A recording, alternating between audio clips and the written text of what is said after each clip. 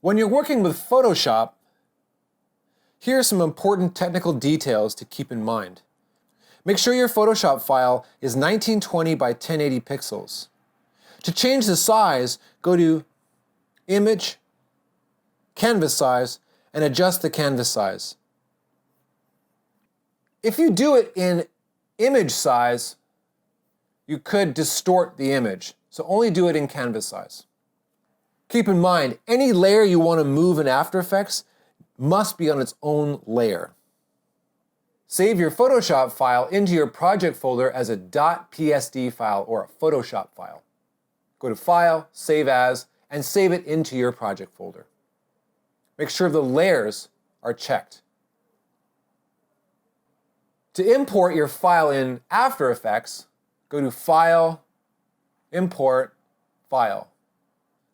Select your PSD file and make sure Import As is Composition, Retain Layer Sizes. Press Open.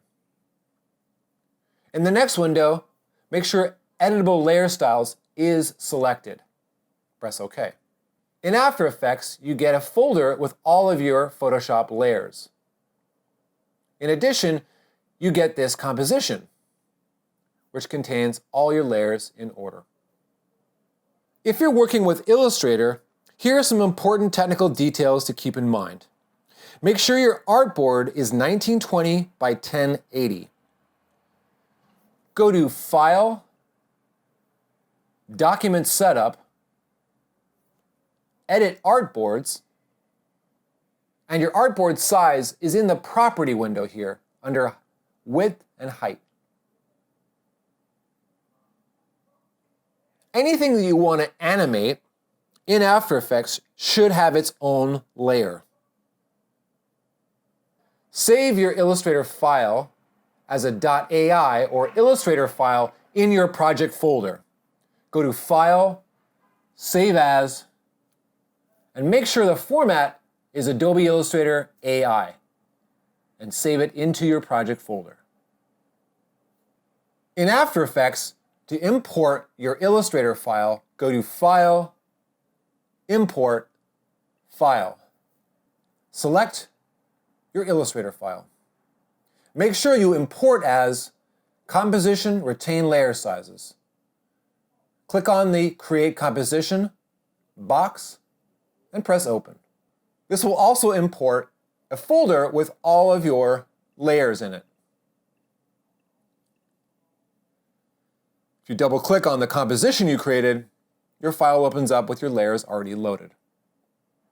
The layers that come into After Effects are vector layers, but because they are in After Effects, they have a pixel dimension. To size up your artwork layers, make sure the Continuously Rasterize on the layer is selected. If you don't see it, go to the bottom of the timeline window and click Toggle Switch Modes. And there it is here. By clicking on Continuously Rasterize on the layer, I could size this cloud up endlessly without losing any resolution.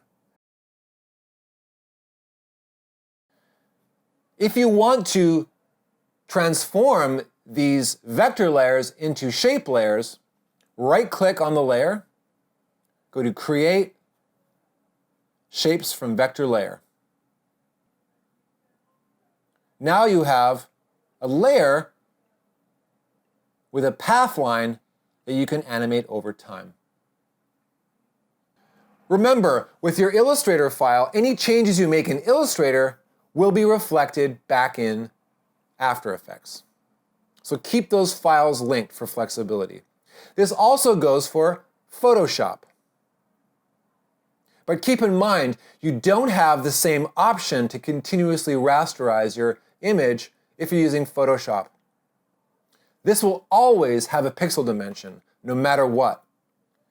So if I take my astronaut and scale him up, you can see how blurry that gets, no matter what. And I don't have that option to continuously rasterize. You can see it's blocked off there.